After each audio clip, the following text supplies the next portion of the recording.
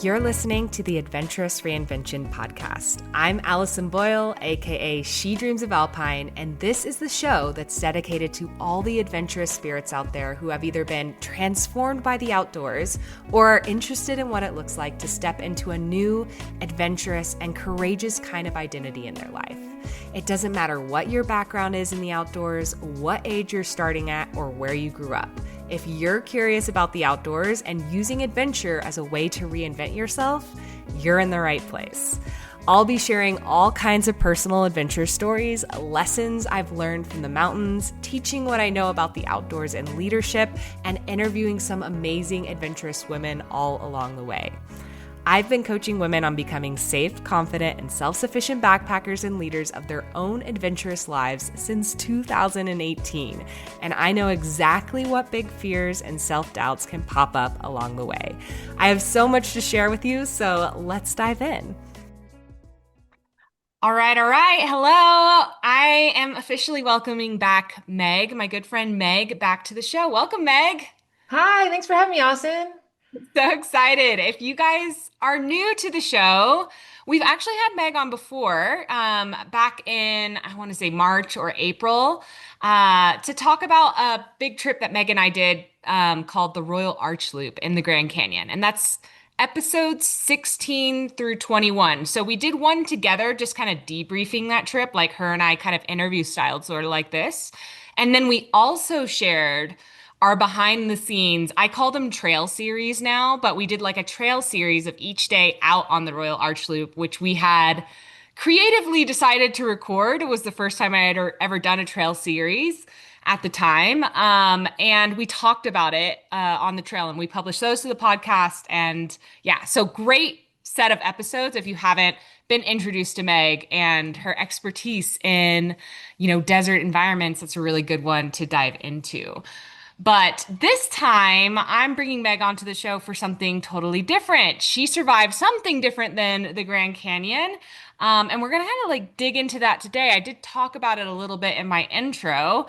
And again, like I mentioned in the introduction, like this is, I think, going to be such a valuable conversation for you guys to listen in on. If you've ever wondered what it's like to get in maybe a sticky situation where you do have to use that SOS button and call out for search and rescue, because this is always one of those kind of like what if questions in the back of your mind. And I'm like not excited that Meg had to have this experience, but I'm really excited that if she gets to bring her experience and someone super experienced in the outdoors and like all of this stuff and get to give you the behind the scenes of all of it, all the lessons learned and all the nitty gritty. So very, very excited to have Meg on to share this story today.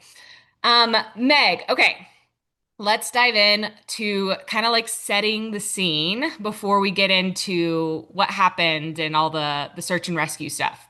So tell me a little bit about where you were, what your backpacking trip was like. Let's get into nerdy backpacking trip details.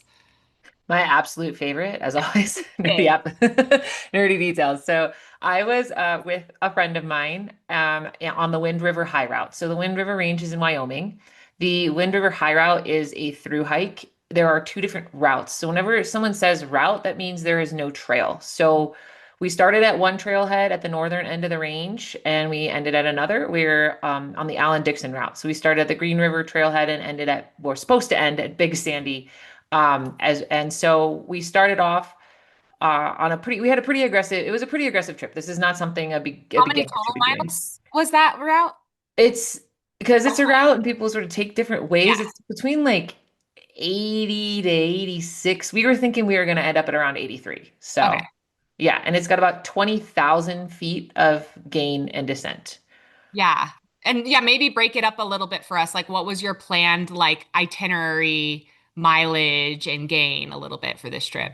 Yeah, so the first day was a 20-mile day. Mostly flat, Okay, thankfully. wait. To caveat, you and your friend had also been kind of training for big miles this summer too. So you hmm were like very in shape for this, right? Yeah, I was in real good shape. We had done the Four Passes Loop in Colorado in a day, 2.5 weeks prior to this. So Which is like what, 30 miles? 28. 28, 28. Yeah. So our first mileage day was really, really big day because to get into the winds, you have to trek in pretty far to get in there. And it's a high route, meaning that you're up on mountain ridges and passes most of the time. So you really got to like work your way to dive in. Yeah. We didn't end up completing that because we had an issue with our ride. So our ride did not show up that we paid for. And they were really late. So we only ended up being able to do, I think we did close to 18 miles that day. You And then mean, from like when you say that, were they not able to drive you in where you're supposed to start? Is that what? we did not have enough daylight to keep going. Oh, I see. Oh, And you we just got were, there late. You got there late. yeah, we got there Oh, late. God, I gotcha. So we had to power hike. Like we did like 9 miles in less than 3 hours, which is very, very, very, Yeah. very fast. And as a result, I got heinous blisters. Oh So man, I can only imagine. yeah, but it was a 7 day trip. And we averaged, we were usually doing double-digit miles. There was Yeah. one day that was one of our harder days technically, where we had to come up and over a pass, cross a glacier, come through the basin, up and over another pass, and then down through that basin, but it was all talus. Okay. So I think and that was only like a 6, 7 mile day. Maybe Um, describe, like some people listening to this podcast are like very new to some of this terminology. Maybe yeah. describe what talus means. So talus is anything from say like maybe a football size rock to, I mean, it could be as big, you'd probably call it a boulder field at that point, but they can be as big as box trucks. Yeah. And it's just piles of rock. That's what makes mountains look rocky. That's usually what it is most of the time, is either cliffs or talus. And what made this route really, really challenging was the fact that we were going over talus for 3 to 6 hours a day. Yeah. So Brutal. it's, yeah, it's a lot on your ankles, it's a lot on your feet, it's a lot on your joints. So having that strength and stability was really super important. And I think it was more than both my friend and I were expecting. We Yeah. knew it was going to be there, but we didn't. It's one thing to think Kind about of it, it's expect another thing to breaks live in it. it. Yeah, for Yeah. sure. Yeah. So Okay, it so yeah, go ahead. it was the thing about this talus though, sometimes it can be not nice. I would never call it nice, but sometimes it can be very stable where the rock's not moving a lot. We had a lot of really, really unstable rock. Yeah. So Yeah, and like and to give people like a mental picture, you know how like hiking in sand can be really annoying. It's like you take one step, but it feels like you go backwards. I feel like talus is similar in that way, where it's like you take a step forward, but it's like it's very slow progression. It's just more blocky and awkward and weirder for your ankles, I feel like. yeah, Yeah. yeah, the trip was definitely measured in hours, not miles, Yeah. which whenever you're in that zone, you're kind of like just settle in for the ride. It's gonna be hard. You know? So, okay, your first day was like 18-mile day, but then you were saying like your other days were around 10-ish or 10 to 15, or like, is that fair to say? 12 to 16 12 to on 6. average. Yeah. Okay. And then I'm assuming quite a bit of elevation gain each day because you're Mhm. doing a high route, and probably going up and down passes, like you were saying, or like going over big areas like that.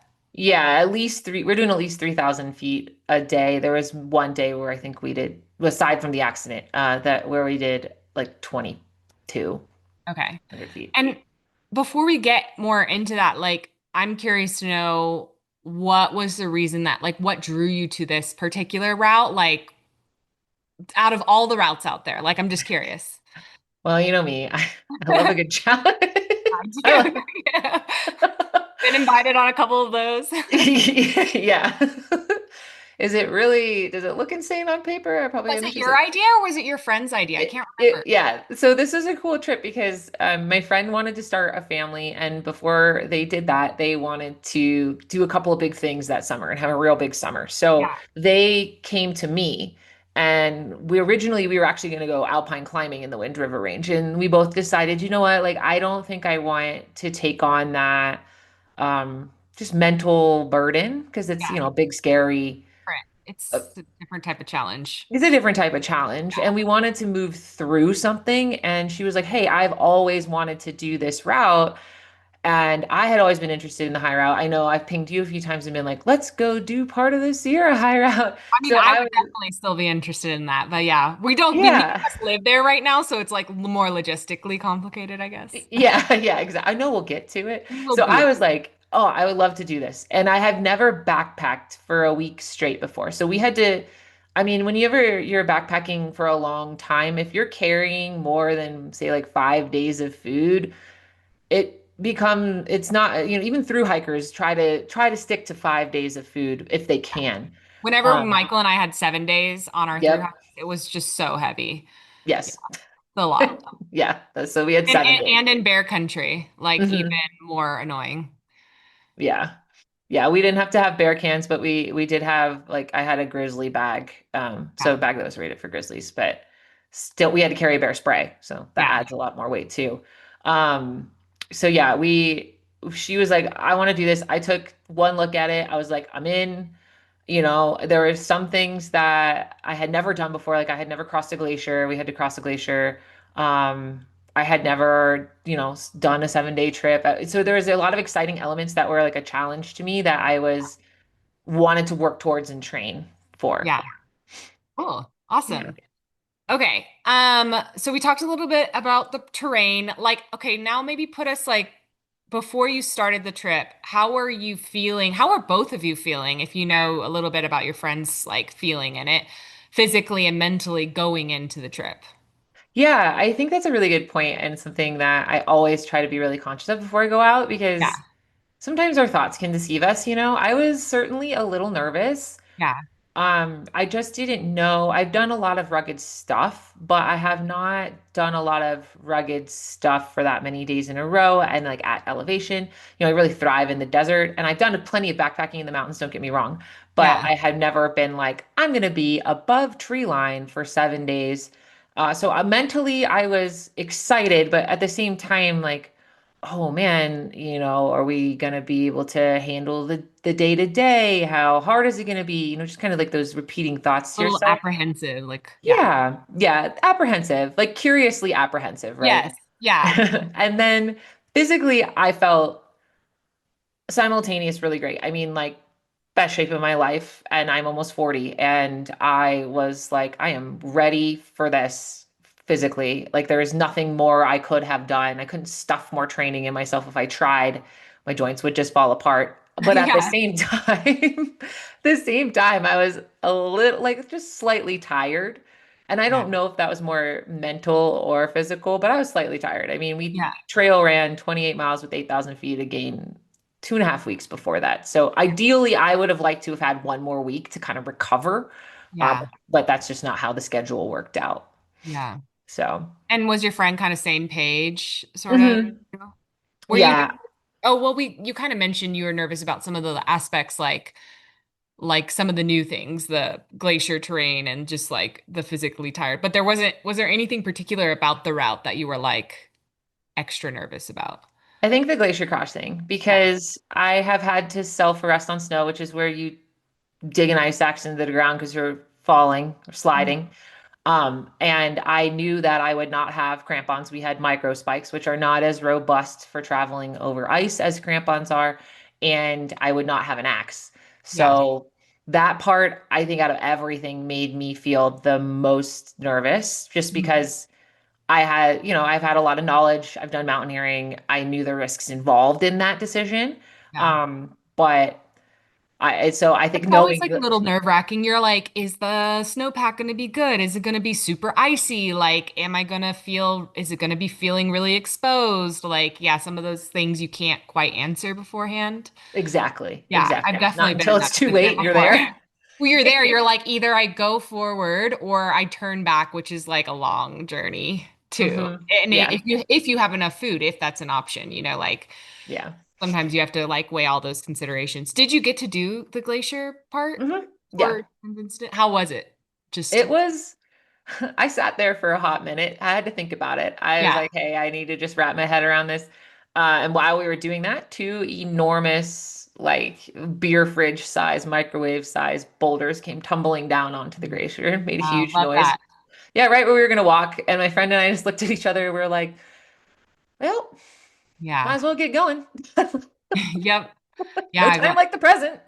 That stuff is also so tricky too. Do you know what time of day you were able to get to that area where you had to do the crossing? Was it like in the afternoon? It was like 9 in the morning, so we thought we were in the clear. Yeah. But you never know. So you want to try to cross earlier in the morning because everything's a little bit more frozen. Yeah. So we went across and it was fine. I did okay. I just really focused on the 3 foot patch of ground in front of me, just slowly going. And Yeah. it was really, really beautiful. There's all these little runnels. It's like its own micro ecosystem in there that was really, really fun. The end was a bit scary. It got to be at about a 30-degree angle and it got real slick instead of kind of that ice that has almost like a crunchy texture. Yeah, like traction. It feels more tractiony. Yeah, it wasn't as tractiony at the end, and we were kind of just tiptoeing through, like, okay, okay, okay. Yeah, you're like, Um, you're like really dig. Did you have ice axe with you? no. Oh, okay. That makes it Yes. extra spicy. Yeah. Yeah, because they say late season you don't necessarily need one. We were there in mid-August, so we were like, I think we could get away with it. Yeah. It's a lot of weight to carry for 30 feet. I So, know that sucks. I did that once.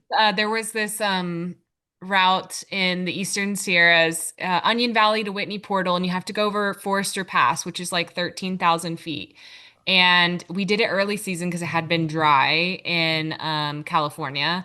But there's this one section that notoriously like holds snow, like regardless. And even though it was such a dry season, we were all super nervous about it. And I was like the only person, I brought my ice axe. I was like, you know what? I'm just gonna give myself the peace of mind to like have this thing to anchor into the snowpack while I'm going across this sketchy, because it was a steep angle and it went down to this like lake and it was like talus and lake. And I was like, no thanks. But some yeah. people were doing it in tennis shoes and I was just like, oh my gosh, I'm so Yeah, scared for them. But yeah, okay. That shit's real. Okay.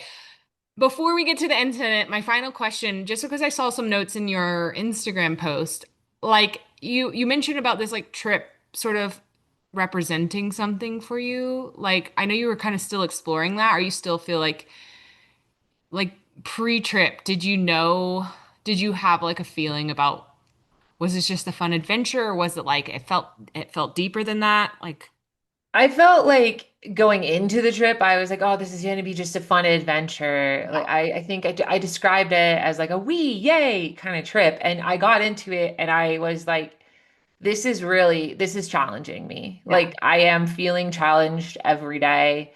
I never felt like I was over my head at all, but I was feeling like, hey, like I'm seeing my line.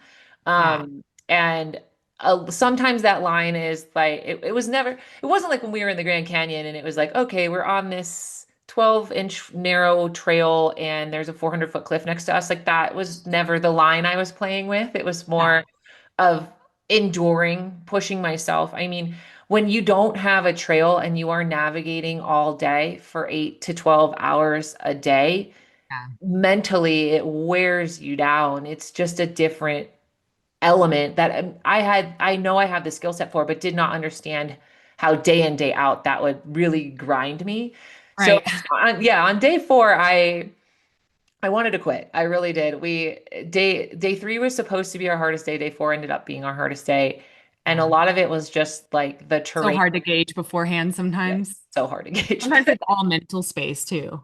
Yeah, and there wasn't much about the reports that we had read about the 4th day, so we thought it would be kind of no-brainer. Like the descriptions were like, it's very tra-la-la, kind of easy. It was not easy. We were like bushwhacking through dense pine trees, avoiding poisonous plants, bypassing cliffs, like getting covered in sap. It was just one of those days where you just were like, oh, why am I here? Yeah. you know and that's Questioning yeah, everything. that's the moment when I was like, I think this trip is meant to be a little bit more than pretty Instagram pictures, smiles, and a good time while I sweat a lot. It was really meant to reflect back to me, who I am and what I stand for and represent. Okay. Well, Yeah. maybe we can like circle back to that at the end of this story if you have any of those reflections, kind Yeah. of formalized. But all right, so you alluded to getting to a day 4. So like maybe you should. walk us through like what day the incident happened with your friend, where you were in your trip, like what was happening leading up to the search and rescue incident. Yeah, the it was day six. It was day Okay. six. So it was our second to last day. And I think we had both been feeling pretty excited because that day we were going to rejoin a trail network and we weren't going to leave it. Mm. So a lot of that mental Yeah, route like it would just be finding. easier trail to follow. Yeah, the trails out in the winds aren't necessarily great or easy, but like But comparatively. compared to having to sit there and be like, where am I going every 100 yards? Like we were really looking forward to that. Yes. And the day before we had hit our stride. The day before was a really great day. We had a lot of fun. It was like we were both just in the zone, driving. We knew at that point we knew there was going to be a point in the day where we were like, I hate this. Why am I doing this? Because there's just going to be a really hard section every day. Yeah. So we knew to expect that. It was early in the morning out at camp, and we were both kind of commenting. We were going up a pass, and it was a It was last on day 5 or day 6? day six. Okay. So it was on day six on the last backcountry pass of our trip. So we were, gosh, maybe 3 or 4 miles from the trail that we were going to pick up. Okay. 20 plus miles from our vehicles or the nearest trailhead. So we were still out there.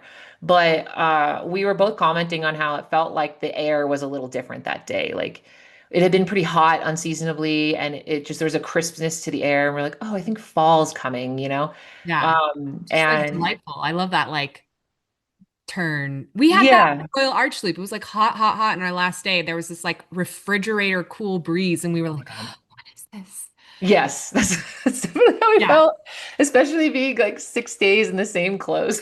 Yes, exactly. I You're get like, it. I love that joy. yeah, you're like, bring it on. And we were feeling pretty good. We got to the top of the pass. We were making great time. It took us a lot quicker than we thought we would. We were feeling like we were like, okay. And we were moving a little slow going up. We're like, let's warm our bodies up. And because it was right out of camp, which is just Yeah. up. So, um, we're on it was it's an unnamed pass between like near Raid Peak, if you know that area, between like Bonneville Lake and an unnamed lake. And so we decided that we were or lower Bonneville Lake, I guess, but we decided to take a break. We took a break, and then we got moving again. And our the winds are there's a ton of lakes and they're huge. They're just massive. So we were aiming for an intermediary lake where the pass sort of it went down very steep, like the steep head wall, really, Yeah. really steep, all talus. And it was described as, big boulder talus, which I think was pretty accurate. Then it would flattened out a little bit.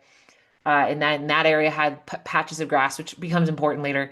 And then it would go down again. And there were two options to go down. You could go down part way and like ride a ridge over to the lake where the trail was, or you Mhm. could descend all the way down the pass to a lake that you could see visually at the bottom of where we were.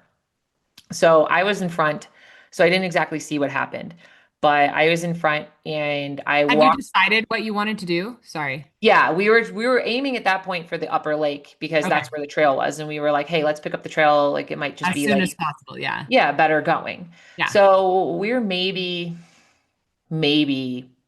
50 feet below the top of the pass. There were two big boulders that were angled next to each other in like a V, right? So they're slanted on both sides, and then there's a gap in between the two boulders that went down towards the ground. And I had put one foot on each side of those rocks and just walked through. Like no big deal. And my friend was going in to get into it. Her foot got pinched between two smaller rocks. So she fell forward.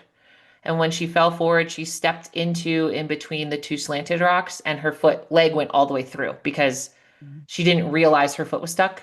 Mm. So when she went to like pick up her foot, she fell. Yeah. And when she went to pick up her foot, she heard a crunch, and she was like on kind of all fours, but one of her legs was dangling in the gap between the two big rocks. So Yeah. she couldn't push herself up because her foot was still stuck. Yeah. So she was screaming, Yeah. obviously. Yeah. It took me a minute to realize, like, I turned around and she's screaming and yelling, and I was like, okay, we had been through a lot. Every day was very hard. We were pushing ourselves to not our max, but close to our max, Yeah. sometimes our max every day. And it was very frustrating. So I wasn't sure if she was yelling out of pain or like just being Like, oh, I'm just frustrated. frustrated. Yeah. Like when I Yeah. broke down after that one section of Royal Arch Loop, and all I needed was like a good cry, and then we kept going. Yeah. Yeah. Yeah. So I was a little slow to react because she turns to me and goes, I can't stand up. And I was like, okay. And, You were like relatable. yeah, yeah. I'm just kidding. I was being kind of, I was trying to think of like, okay, how can I help you? Because I didn't know how to help her. Yeah, So I yeah. picked her up by her armpits and like pushed her up because, she had the weight of her bag on top of her. Yeah, yeah. So that way she could get some weight off of her body and wiggle her body loose. And she gets out and sits down past the little V slot of rocks and of the two boulders. And we sit down on a flat rock and she's crying pretty hard. I'm just telling her, like, let it out. Like, I'm thinking you're crying because you're frustrated, Yeah. because you fell, you're tired of being on Talus. This is day 6 of this. Like, Oh, I'm like, just let it out. Like, let it out. I don't care. Scream your heart's content. And her leg was really, really scraped up, and she was kind of like, I'm hurt. And I look at her and I'm like, okay, like how bad, Because there's like, hey, I need a few minutes, and then there's like, I broke my neck. There's a whole range. And she was yeah. like, my leg hurts. I'm just gonna take some time to breathe. So she takes some time to breathe. She like cleans the blood off of her. And we're not in a great spot. We're on a 30-degree rock slope. We know weather's coming in that day, like thunderstorms. We're up high and one of the higher points in the area. There's no water, there's no flat ground. There's like, we can't like staying here is a very last resort, right? We should Yeah. not stay here. Yeah. So right. And you can pinch your foot. And it happened to me on this trip earlier where I'd pinch my foot in some rocks and it hurts for like 5 minutes, just like really bad aches. Yeah, And you're totally. walking it off. So we're like, okay, well, let's get moving. Let's see how we feel. So she starts moving and she's a very, very, very high pain tolerance. I have done a lot with her. We have been on like rope teams together. Like I know her very well in terms of what she can handle and when she's taking on too much. Yeah. So I am keeping that in the back of my mind and I'm like, all right, let's see if we can walk it off. She's moving really, really slow. And within about maybe 2 minutes of walking, and I can see her limping, I'm like, hey, let me take your bag. Because we're stuck up high on this awful terrain and she's hurting. So I have 2 packs at this point. Yeah. And if you've ever hiked with 2 bags, Yes. you know that if you have one in front of you, you cannot see where you're going. So, like, I've carried my toddler a lot, front carry when I backpack with her, and I realized this. So I'm trying to move sideways-ish down this hill, um, and wearing the bags in a way that's not going to throw me off balance. Because if I fall and get hurt, like, there's another big problem, right? And So I'm wait, hold on. Sorry, I might have Yeah, missed this, but did you go up? You finished going up, and then now you're like on this ridge line trying to go to that lake. she fell partway. We were partway down. We were maybe 50 feet from the top of the Okay. pass. So we were Okay. waking our way down. Oh, you're making your way down the pass. All Yeah, right. Okay, okay. yeah.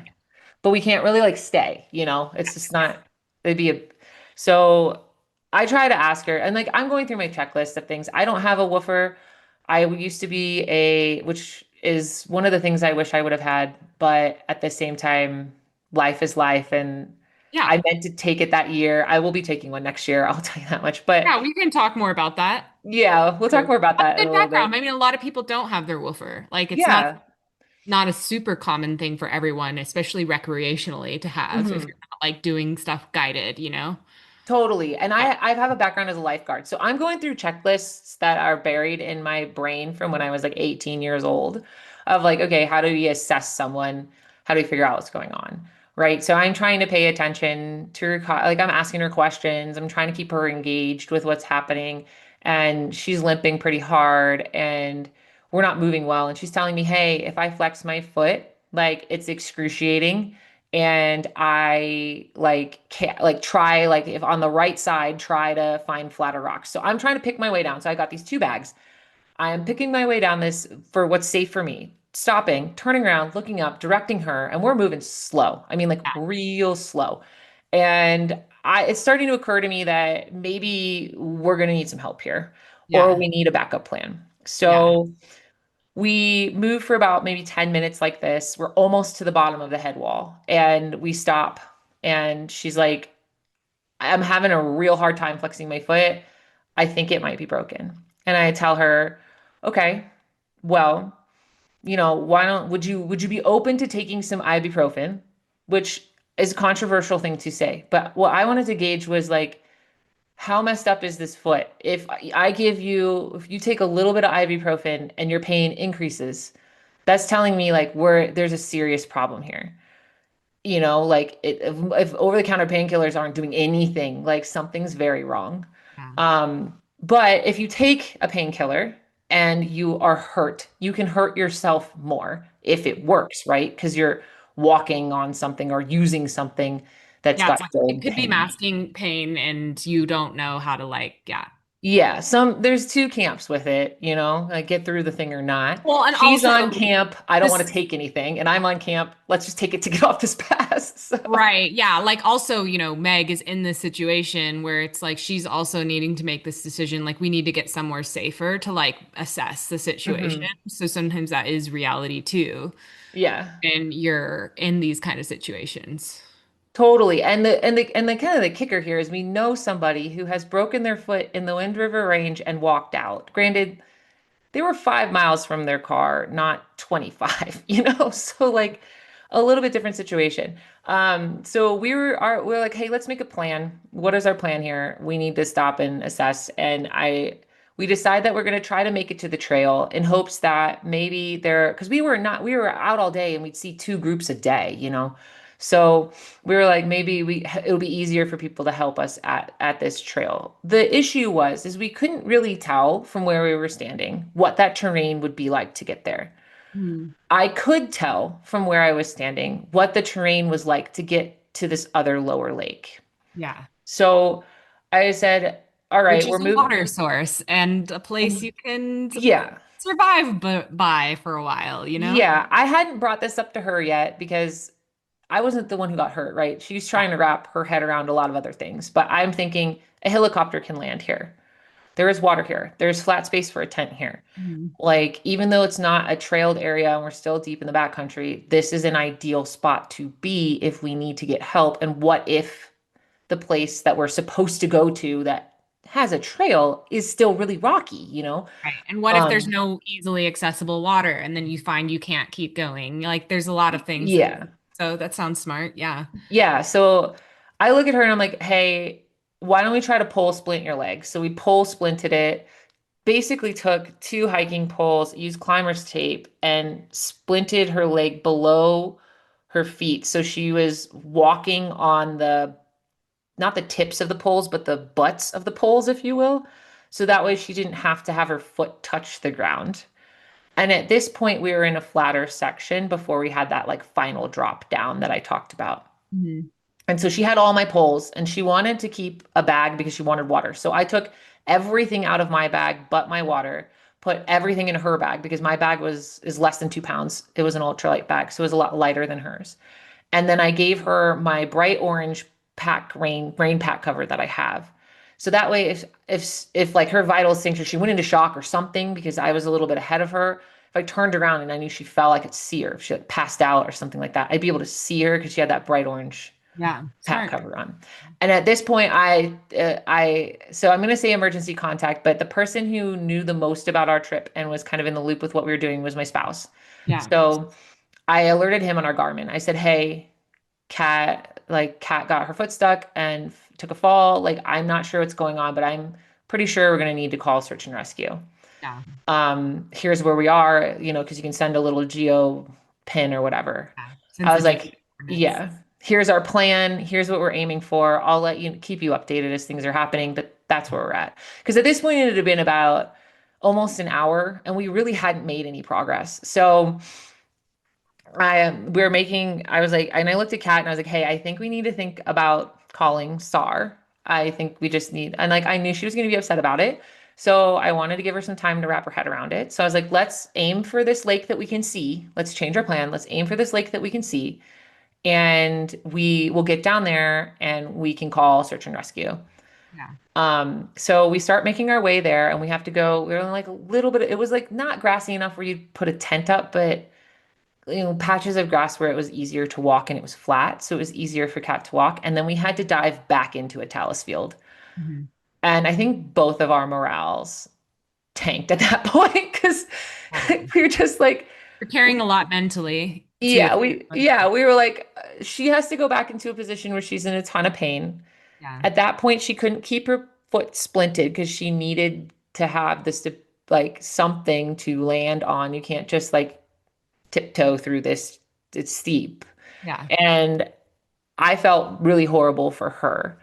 And in that moment, I said, this is going to take us a long time by the time we get down to the lake and call search and rescue. Like search and rescue, I knew from reading reports and everything, they can take a long time to mobilize. They can Yeah. be very far from you.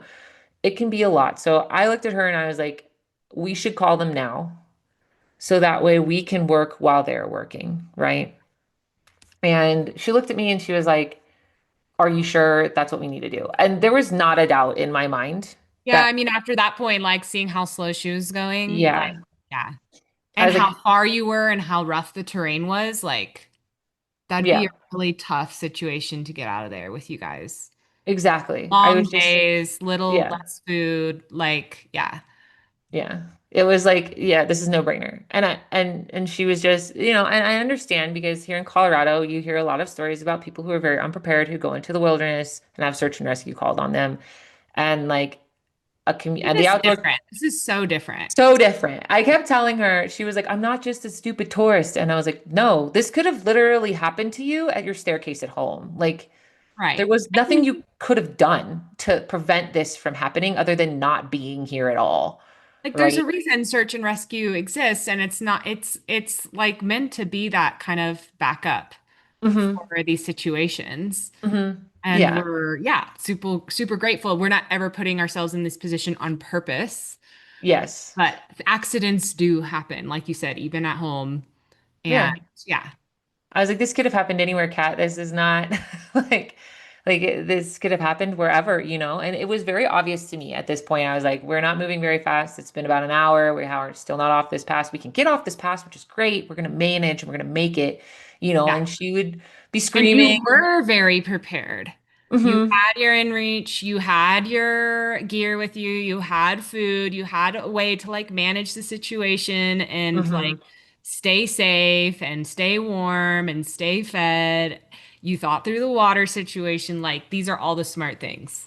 Exactly, exactly. And we knew that we could self rescue. If we didn't, search and rescue could still get to us, but hey, like if we can self rescue to a safer location, then we can be better off. We are in a better position, safety wise, effort wise, all the things. And Kat was a beast. I literally have never, like, just to be clear, Kat had 6 broken bones in their foot and needed near immediate orthopedic surgery. That was the end result of what happened to Kat. And watching somebody take themselves off a pass in that situation, like the most powerful thing I've ever witnessed in my life is the birth of my own child. Like that's the Yeah. only thing that tops that. And Mhm. watching her do that it was a team effort.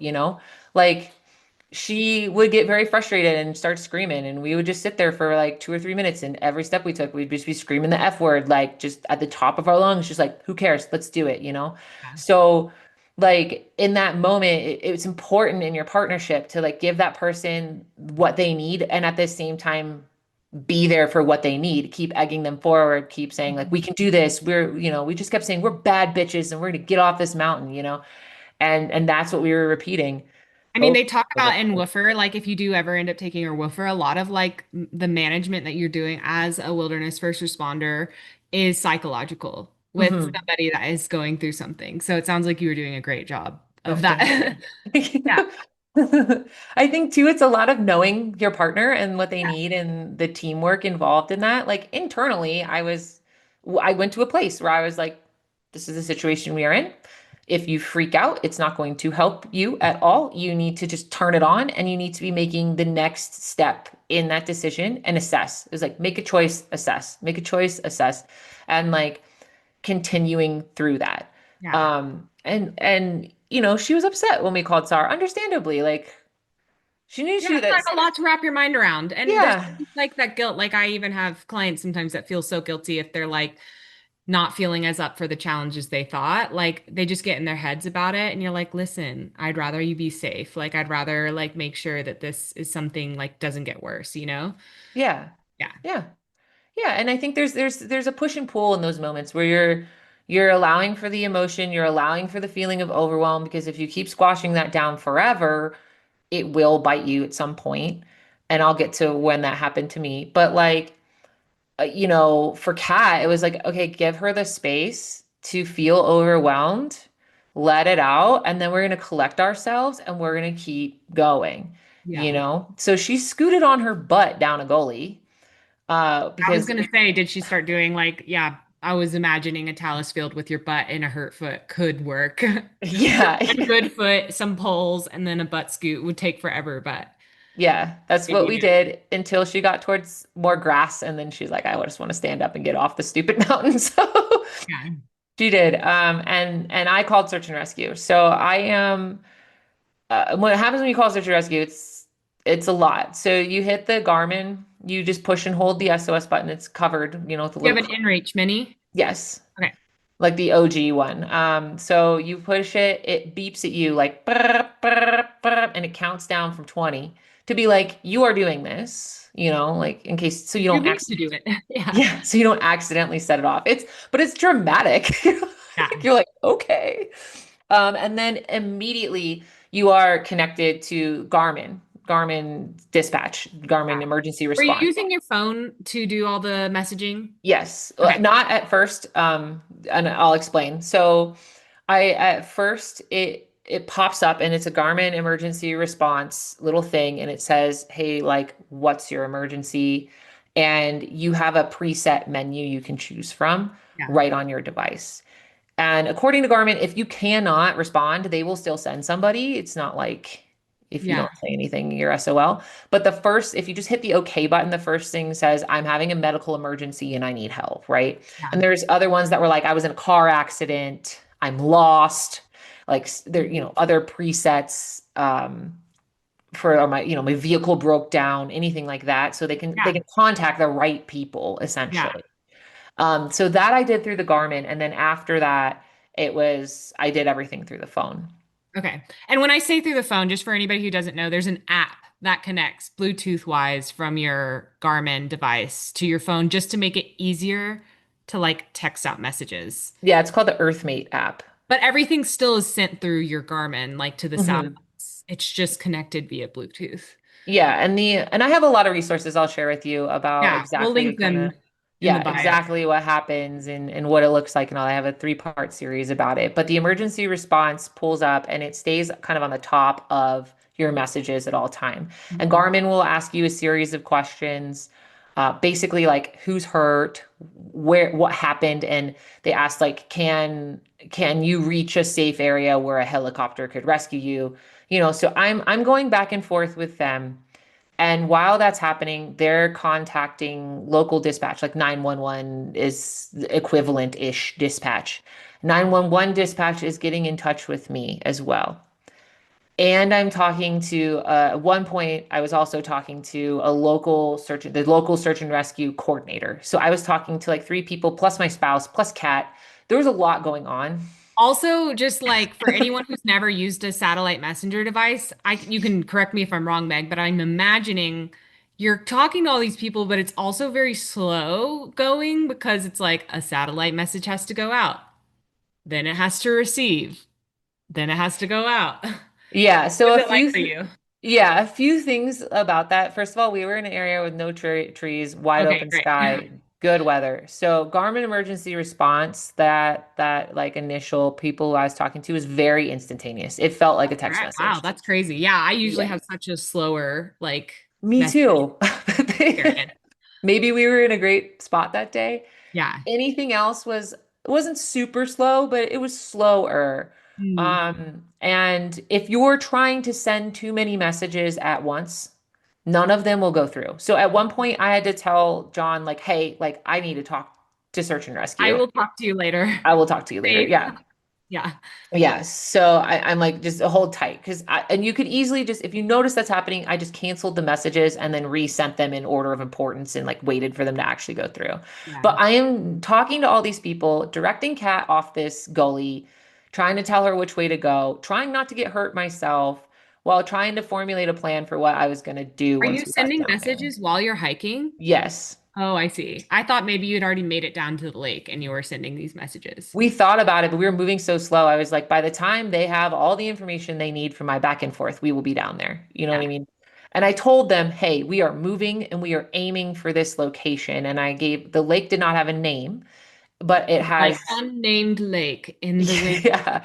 I just said the lakes will have an elevation stamp on them. So I said lake 1056, whatever, 10564, whatever, Yeah. just southwest of Raid Peak. Like I gave them based on the topo map where I was going. Yeah. And I, told And them, they're gonna have your GPS location from your messages. yes, They'll kind of be able to like zone. yes. Yeah. The other thing that happens is you cannot turn your Garmin off and you cannot turn tracking off. Hmm. And they have their own way. I can't remember it. I do have it referenced in my video of how they track you over periods of time. But you cannot do any of that for the entirety of your SOS call. You have to cancel the SOS for any of that. So, one of the really key things to always remember to bring, and something that I took away from this experience was even if you're going out for 2 hours on a day hike, bring a battery pack. Yeah, I always do. Did you not have one with you? We did Okay. backpacking. I will always bring one backpacking, but I had never really thought to bring one day hiking. I will bring Yeah. one. It doesn't matter where I'm going. If I am going somewhere with my inReach, I will have a battery pack. Yeah, I'm always so Um, paranoid about that. I'm like, I'm just gonna bring this. yeah, but it was the end of our trip, Yeah. and I'm a YouTuber, so my battery pack was pretty worn out. It died during the search and rescue ordeal because it lasted a long time. And I ended up using my friend. So, it's not a piece of group gear.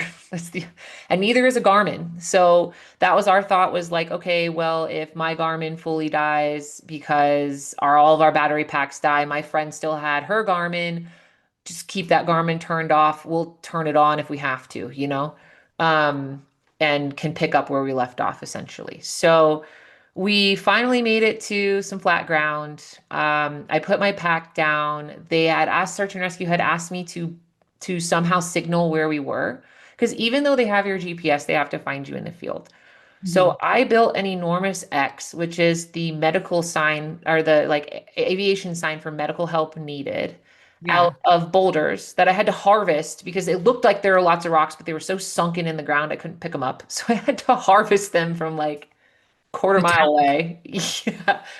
And then once Cat got to me, I put the bright orange pack cover in the middle of that and I spread it out as big as I could Yeah. with rocks. And then I took a hiking pole and put it in the ground. And then I put my bright yellow camp t-shirt on that hiking pole as like a windsock. And I told them that's what I had done. And then they told me like, please stop moving because I was like all over the damn place trying to. They're like, we're sending a helicopter. Please give us your final location and do not move. And I was like, okay. So, and you would think the story would have ended and it did not. So it's important to understand that search and rescue puts their life on the line for you. And I knew that, but I saw that firsthand. So And also, yeah, like you mentioned before, backcountry rescues can be slow. they can be slow, right? Like normally they're not going to send a chopper. Like I didn't expect them to send a helicopter. I thought they were going to come in by horse, maybe by person.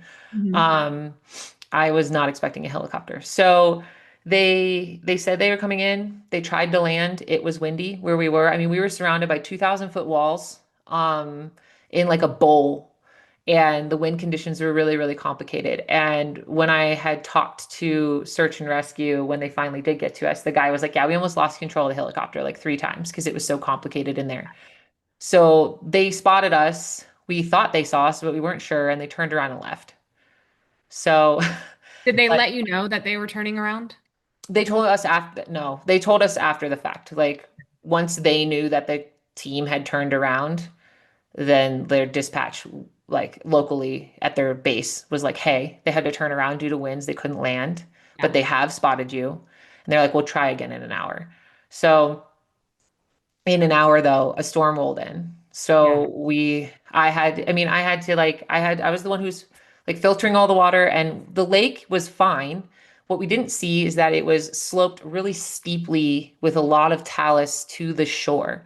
So I didn't feel like it was worth it to keep going up and down that. So if I got hurt, like that would be a big deal, right? Mhm. So I ended up walking to an inlet stream, like a little feeder stream, a quarter mile away to get water and coming back. And I was the one who was setting up the whole tent. And we Yeah, I had, was gonna say, have you set up camp at this point? Just no. Yeah. okay. When we saw the clouds, we were like, all right, let's set up camp. Yeah. And we had a trekking pole tent, which is kind of a pain in the butt to set up, especially in windy conditions. So it was fine. I was happy to do it. But the nice thing about the trekking pole tent is we didn't have to put the inner up. So we had like a lot of room. We kind of Yeah. just hung out with like a tarp almost, like a tent style tarp, Yeah. for like 3 or 4 hours while the storm passed. And then they tried to launch again. They could not launch because the storm, they were far from us. They were like, it was a 2.5 hour drive to the town from the trailhead. Then the town was where search and rescue was located. So they were far, far away, and they tried to launch again. They got maybe 5 minutes off the ground and were pushed back from winds and had to land. And then they were like, you're going to have to overnight. So the whole rescue took 20 hours, right? Yeah. Which is fine because we were backpacking. We were going to spend another We were day out. prepared for it. Yeah. Yeah. Yeah. However, I mean, like mentally, that's a long time It is. to be in an emergency situation. And that's a long time for my friend to be in pain with nothing but Tylenol and Advil to help her.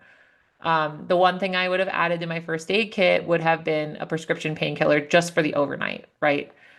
Yeah. So we made dinner, we hung out, we were trying to keep our spirits up, but the whole time we just kept talking about all the things we were doing right and how we were happy to be out there with each other in this situation and how many ways it was probably better than being with our spouses, Mhm. like just Relatable. yeah, yeah. We were like, we don't have the Actually, I don't know. relationship I mean, dynamic. like our spouse, I think would do well under pressure like that. Yeah, Like it would be fine. But there's something about a girl crew, like yeah, just mentally be there for each other sometimes, like exactly, in different exactly. ways, you know? Yeah, and you don't have like the nitpicky, like we've been together for 13 Yeah, years yeah. like, thing going on. So. Yeah, like I get it. Yeah. I love my spouse. We adventure together often, but I was very glad that we were, and we were just talking about all the things we've done right and all the things that we had with us, like everything that was going in our favor. That's what we were focused on. And that did a lot to keep our mental game up. Yeah. Sleep was not great. I will not Oh, lie. I'm sure it's not. You're like anxious. Your friend's hurt, so she's probably like having a hard time falling asleep too. Hmm. Oh, I can only imagine that sleep's not like great. When you've been hurt or you've had surgery or something like that, and it just like you're laying down and it's just gonna throb. So that was her night. Um, and I had like I think all the adrenaline left me in the night. That part of my brain that was like very focused on keeping everyone together and keeping the team morale up went to sleep when I did. And Yeah. I woke up at 3 in the morning, just like it was raining on and off all night. So I was like, oh my God, what if they can't get in? What if they can't land? What if we're here? What if we have to start rationing our food tomorrow? Yeah. Like that's how I woke up at 3 in the morning. And then my body was like, you know what sounds great right now? Let's have to take a poop. And I was like, cool. The body's still gonna body. Yeah, my body was like stress dump right now. Like, Better before like better than if right when the helicopter was about to land, I guess. yeah, for real. You So find the silver lining. yeah, they were like, I was like, okay. So I think we slept maybe 3 hours. Mm, hard. Despite even we were comfortable, like I was like, well, we got the night out we're supposed to have. We have food. We even had extra food. Like we were in really like I would have rather been in that position than having like my day hiking pack with me or something. So Yeah. it was nice to have all the luxuries and all that, but we neither one of us really slept. They hit us up at like 6 in the morning. They're asking how the weather was. It was clear and calm, so there were clouds, but they were not low and like impeding visibility. And they landed at about 6:30 in the morning. And they came right to us and like the prop wash, so the like, in the movies where all the like air blows out from the helicopter is really, really intense. It would have absolutely broken our tent. So when we noticed that they were actually going to land and they were getting closer, I pulled the trekking poles out of our tent so that way it wouldn't break. Yeah. And they scooped us up and took us to an airstrip, an So they took ambulance. both of you. I guess they Mhm. were assuming to take both of you. Yeah. They asked, I thought that was a really weird question, but I was like, I'm not going to abandon my friend. Mm, Like, I yeah. don't want to be out here alone after what had happened. So, like, Yeah. but yeah, we both went. They picked us up in an ambulance at the airstrip and then drove us to the hospital. Okay. So, and then the search and rescue members were kind enough to, one of them was kind enough to give me a ride to my car so I could come pick up my friend. Oh, So no. Yeah. that was really, really nice. And it was cool because I got to debrief with him and be like, I asked, like, hey, was there anything that we could have done better? Is there anything that, like could we have been more prepared in your eyes? Like, whatever. He was like, we were so convinced at how well you handled it. We were absolutely certain that one of you was an emergency responder or had emergency responder training, and neither one of us had. So that was like that. Well, you have a lot of hours in the mountains, you know? Yeah. Yeah. Yeah. You have a resume. Yeah. Yeah. But when I got to pass the baton over, like when the helicopter landed, I broke down. Yeah. I didn't understand. I understood, but I didn't realize how much emotionally I was holding just Yeah. to, What's a lot? Yeah. yeah. Emotional, like you probably in this moment feel so in charge of your friend too. Hmm. Yeah. Yeah. And their safety. And then like there's also your safety. Yeah. Yeah. Yeah. And just like knowing that I didn't have to be in charge anymore, Yeah. I mean, like simple things like her to squat to pee was hard. Like we had to like come up with a game plan so she could dig a cat hole. Like it was, Mhm. and the little things you just I didn't realize how much I was holding. I was just bawling. I don't cry a lot. So it was a very like overwhelming emotional experience for me. Yeah. The search and rescue people were like, "Are you okay?" I was like, "Yeah, it's just emotional." Wait a minute. Yeah. Yeah, you gotta So, let this flow through your body sometimes. Like I am a crier, so like it's very common for me like to have those like you're holding space so hard for a certain outcome or a certain thing. Like you're in the zone, you're like, I prepared for this. I'm holding it mentally. And then like when it's done and you feel like that safety piece come back, you feel like oh, this wave of like, okay, I just need to feel all the emotions that I kind of was just like kind of holding in so I could be really calm and confident in this situation. Like and now I'm gonna let myself just release a little bit. yeah, that's what Yeah, was going on. It was very exactly. obvious to my friend, but I was like, "Why can't I stop?" Yeah, exactly. I think it's totally normal and honestly, I recommend it. Like it Yeah. don't keep holding it in when you're like in that moment where you can release the calm, confident like version of yourself because you're in a position of safety. It's so cathartic to like release it. Yeah.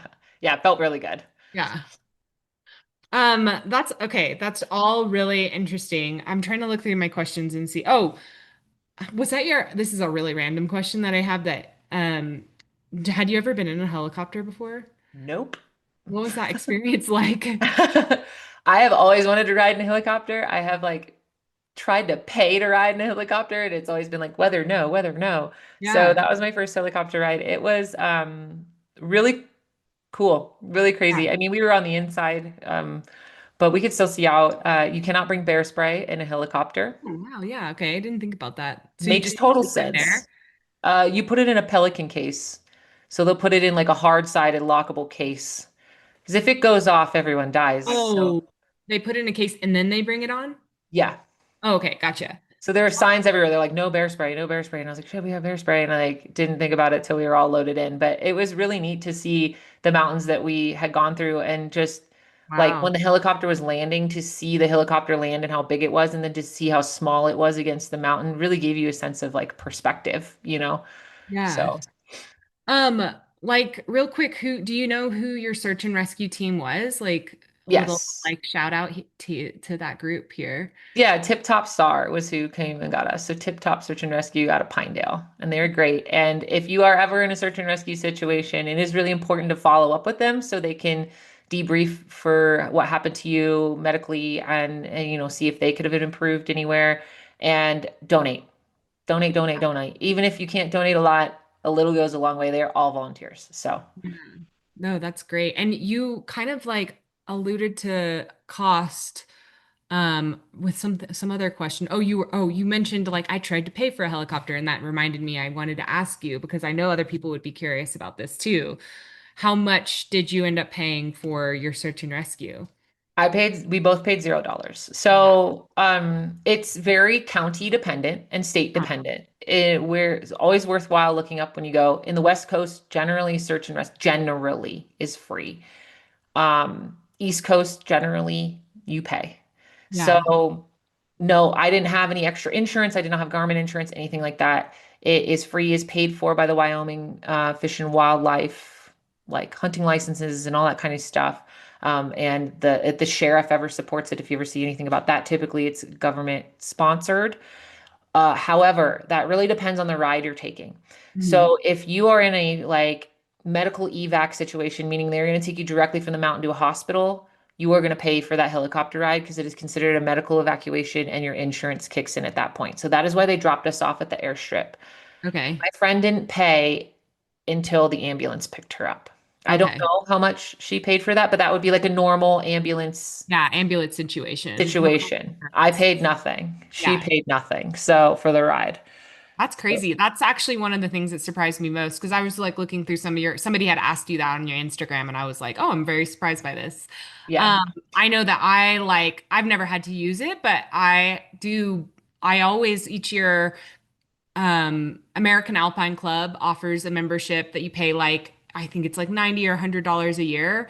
Yeah. It's like a cause that I'm like passionate about anyway, so I'm like one to donate as well, but it gives you some rescue coverage as well. Yeah. But, I've never like had to use it and understand exactly like what that would go into or anything. So I've always just kind of assumed like, oh, well, it's there if I ever needed it. But hmm yeah, so I was curious, yeah, if you had held anything or what that was like. But I do purchase like a COSAR, the COSAR card for specifically for Colorado. That yeah, is something they kind of they recommend. It's like a donation based card to carry, but typically they don't charge you if you have one. yeah, Um, and yeah, I've heard of the American Alpine Club thing. I think this has prompted me to have a discussion about it and look into it and see what options are there. But I think bare minimum, something to research before you go. yeah. And I'll link the American Alpine Club. I'm just like making this a mental note in the show notes in case anybody just wants to look at it. But it even if you never use the benefits, like it goes towards like really Mhm. maintaining the recreational spaces we do, and especially as us as climbers, me and you. Yeah. Um, okay, so what are you most proud of and how you handled this situation? I already am like proud of you in so many ways as Oh, your thanks, Alice. you did so good. Yeah. Okay. Yeah. I think just being able to provide and be there for my friend. Like that made me feel really good. Like simple things like getting her water and filtering her water.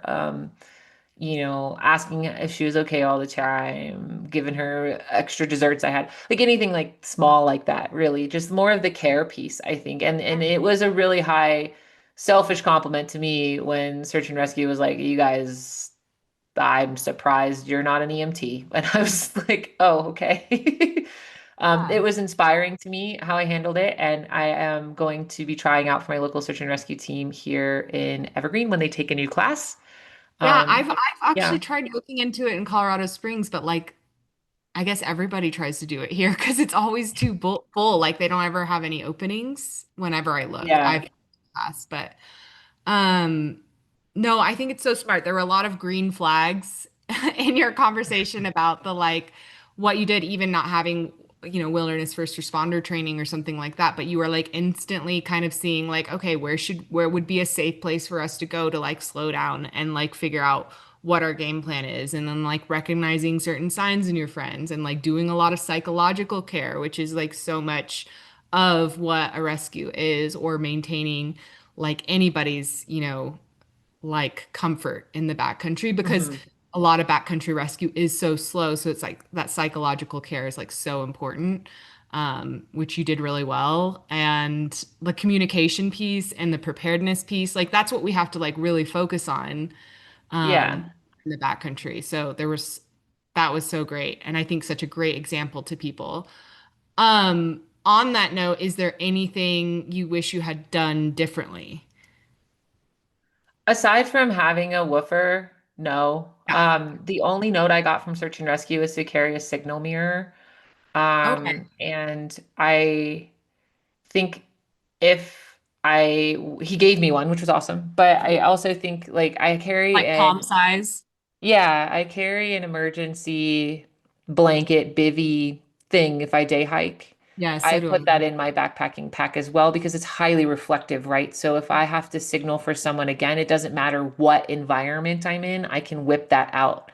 And it's Yeah, very obvious, not part of the natural environment that I'm in. It's a giant right. re- Reflective blanket. Yeah. reflective blanket. Yeah. I always pack one of those too. They're just so light. You're like, why not? Like I'm just gonna, Yeah. yeah, exactly. Um, let's see. Okay.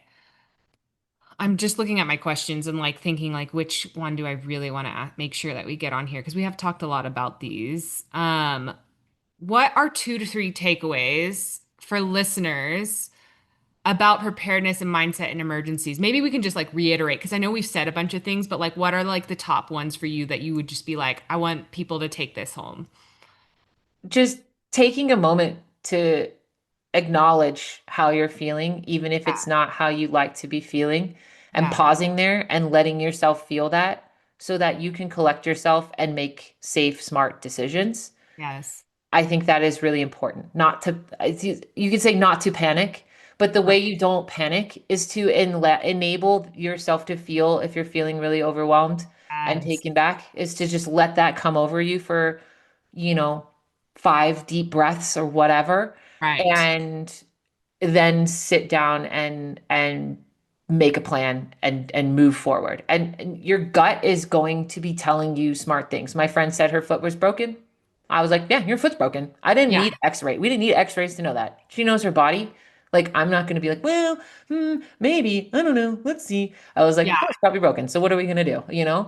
I think That's so that's smart. I like don't want to breeze past it either because like I think one of the top things people worry about panicking too much and it's like that first step is like breathe, bring your like just like you're in the moment, let yourself feel the feelings, breathe, like be in it and mhm. then remind yourself of like in this exact like very exact moment like I am safe.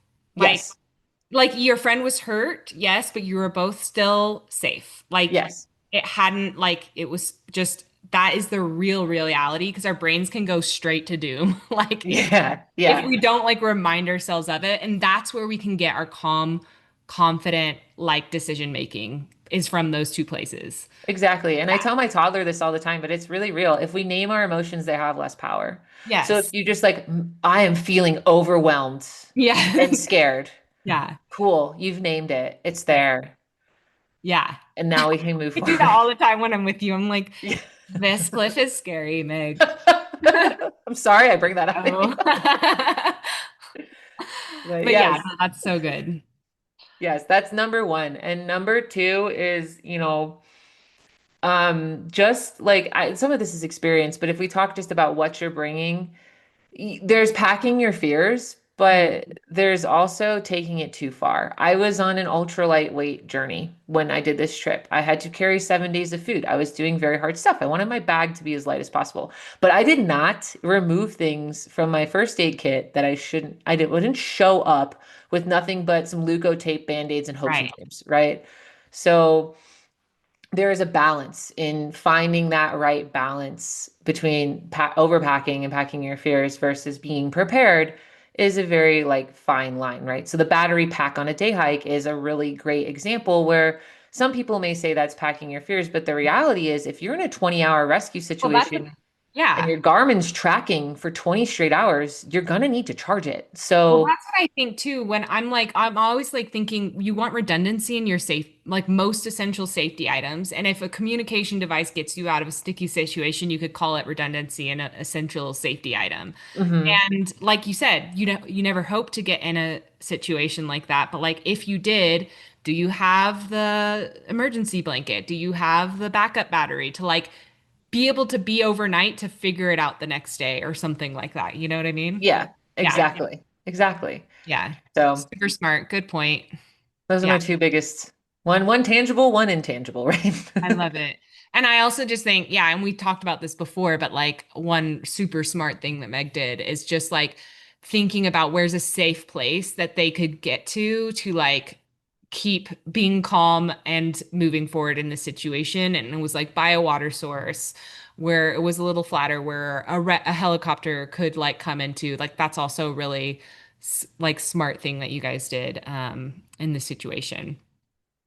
Okay. Has this experience changed how you are approaching adventure and risk and planning now?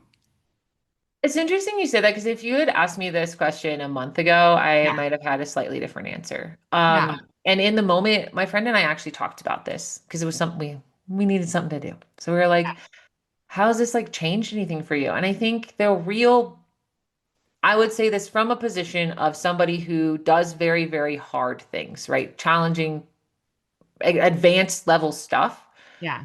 I would think the big thing that I would change is thinking twice about being alone doing said very hard, challenging put if I'm going to push myself alone, I really want to pause and think about what that Like, am I real? entails.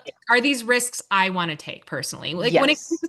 when it comes to going solo, like and even in groups, like as we were discussing, there's always Mhm. risks, and you always just have to decide, is this like a risk I'm willing personally to take? Yes.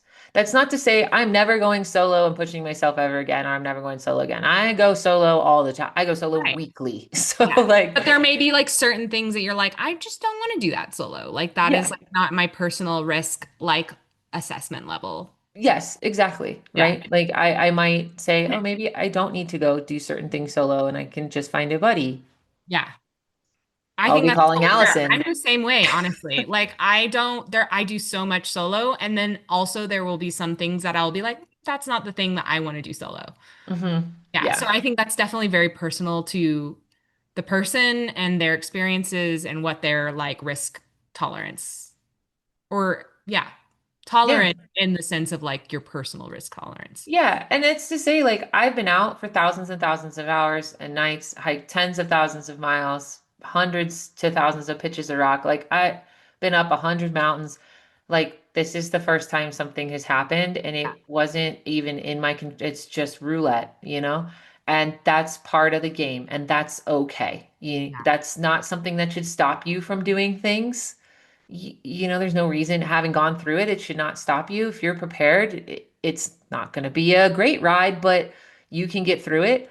Yeah. And like, it's not, I don't want to take it away of being like, oh, this thing happened to me and therefore I'm not confident or anything like that anymore. I mean, Yeah.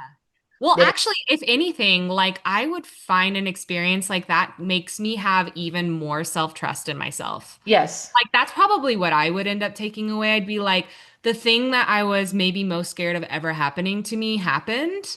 And wow, what a like fucking boss I am. I like handled that and we got out of it safely. Like I would just have even more self-trust of going into like who better than me to like take on these adventures? Like yeah, learned so much and now I get to take that knowledge with me and you're getting to share that knowledge with people and yes. help them be more prepared. Like I just think it, yeah.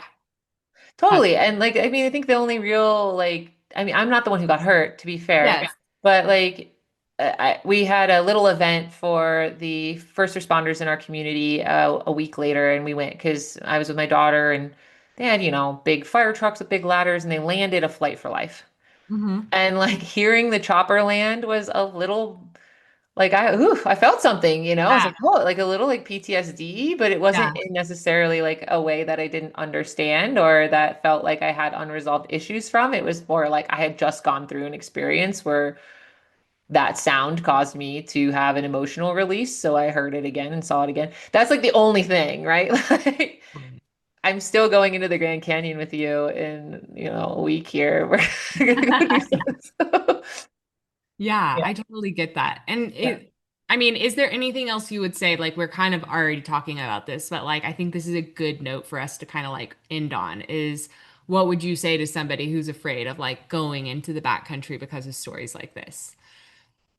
I think that there is a lot to learn from stories like this. One of the reasons I felt so ready, I don't know what happened there. One of the reasons I felt so ready to deal with it is Yeah.